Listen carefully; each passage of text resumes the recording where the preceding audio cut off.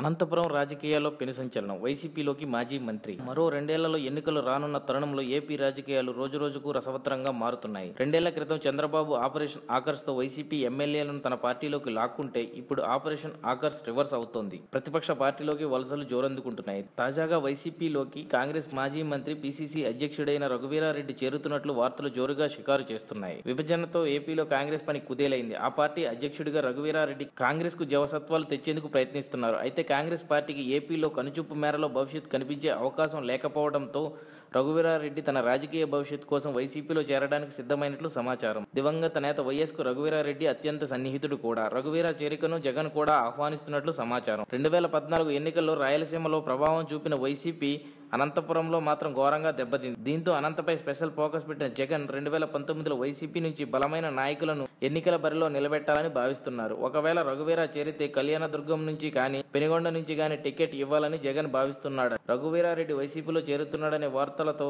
అనంత తెలుగు దమ్ములు ఉలిక్కుపడుతున్నారు. మరి Raghuveera Reddy కొడిగట్టిన Congress good bye చెప్పి వెలుగులు జిమ్ముతున్న వైసీపీలో చేరతాడో లేదో చూడాలి. For more videos, please subscribe our channel.